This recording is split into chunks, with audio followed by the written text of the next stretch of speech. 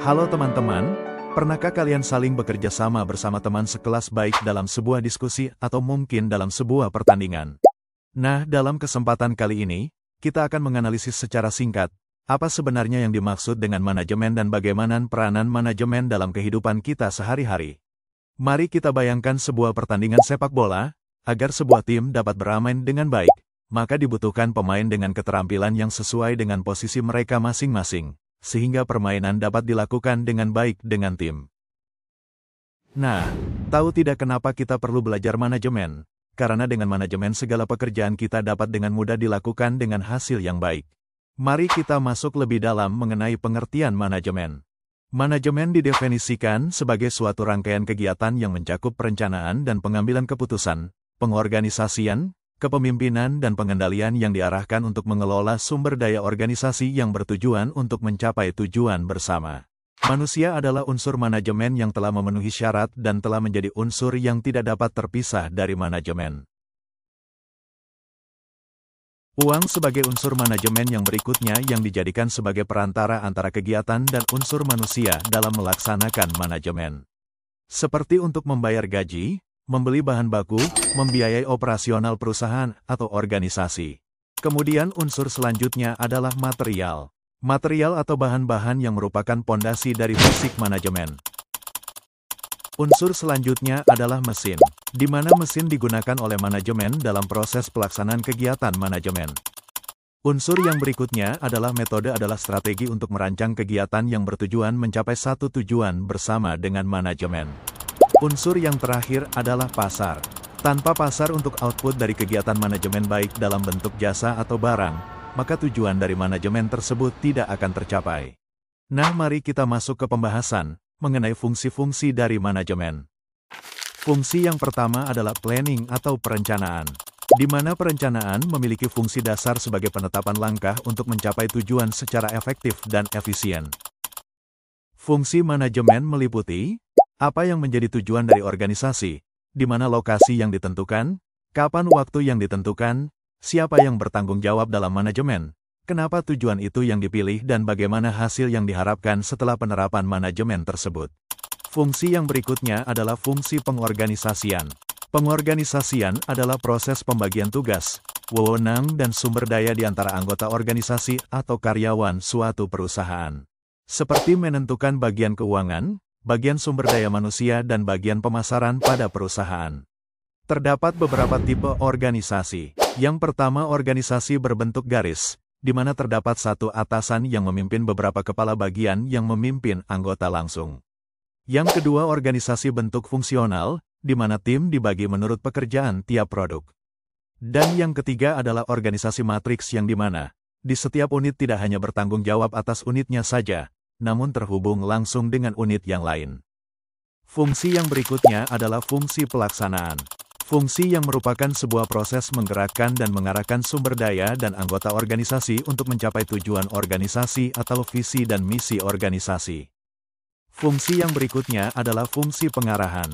Fungsi pengarahan yaitu proses memotivasi, membimbing dan mengayomi anggota atau karyawan dalam rangka mencapai tujuan organisasi. Terdapat beberapa bentuk dari kepemimpinan. Yang pertama adalah personal leadership, yaitu dapat memimpin diri sendiri. Yang kedua otoriter, yaitu kepemimpinan mutlak. Yang ketiga demokratis, yaitu kepemimpinan terbuka. Yang keempat adalah kepemimpinan paternal yang berdasarkan keturunan. Dan yang terakhir adalah kepemimpinan berdasarkan bakat. Fungsi yang berikutnya adalah controlling atau pengawasan, yaitu fungsi yang berhubungan dengan prosedur pengukuran hasil dari pencapaian tujuan dari organisasi atau perusahaan. Dalam fungsi pengawasan terdapat 4 elemen penting di dalamnya, yaitu menentukan standar pengukuran pencapaian, mengukur hasil capaian, membandingkan setiap hasil pencapaian dan mengambil langkah-langkah perbaikan dari hasil yang dicapai. Teman-teman, sekarang kita masuk ke bagian jenjang dari manajemen. Siapa saja ya yang disebut sebagai manajer dalam sebuah organisasi atau perusahaan? Mari kita simak bersama. Terdapat 3 jenjang manajemen di dalam satu organisasi atau perusahaan. Manajemen atas atau top manajemen. Manajemen menengah atau middle management dan yang terakhir lower management atau manajemen bawah. Manajemen puncak adalah manajemen yang berfungsi sebagai pengambil keputusan dalam sebuah kebijakan. Manajemen puncak antara lain manajemen utama, direktur utama, kepala sekolah, rektor, dan jabatan sejenis. Yang berikutnya adalah manajemen menengah atau middle management adalah bagian yang membuat rencana dalam memanfaatkan sumber daya perusahaan atau organisasi. Dalam manajemen ini biasanya dibagi sesuai dengan bidangnya, seperti bidang keuangan, bidang sumber daya manusia dan bidang pemasaran. Yang terakhir adalah lower management. Manajemen bawah bertugas sebagai pelaksana rencana dan target bersama dengan tim kecil yang mereka pimpin. Manajemen ini dapat memberikan motivasi atau apresiasi kepada yang layak mendapatkannya. Beberapa contoh dari lower management adalah koordinator lapangan, mandor, dan leader tim. Teman-teman, mari kita masuk untuk melihat bidang-bidang dari manajemen. Yang pertama adalah bidang sumber daya manusia. Bidang ini berfokus pada pengelolaan dan pemanfaatan tenaga kerja atau karyawan yang merupakan aset utama dari manajemen untuk mencapai tujuan bersama. Tahapan dalam bidang ini mulai dari perencanaan karyawan, rekrutmen, evaluasi kinerja dan apresiasi yang sesuai pada karyawan atau tenaga kerja. Bidang yang berikutnya adalah bidang manajemen permodalan. Bidang ini merupakan bidang manajemen yang berfokus pada pengelolaan bidang modal atau keuangan suatu organisasi atau perusahaan. Hal ini bertujuan untuk meningkatkan nilai perusahaan dan dapat mengelola risiko dengan efektif dan efisien. Bidang yang berikutnya adalah bidang produksi.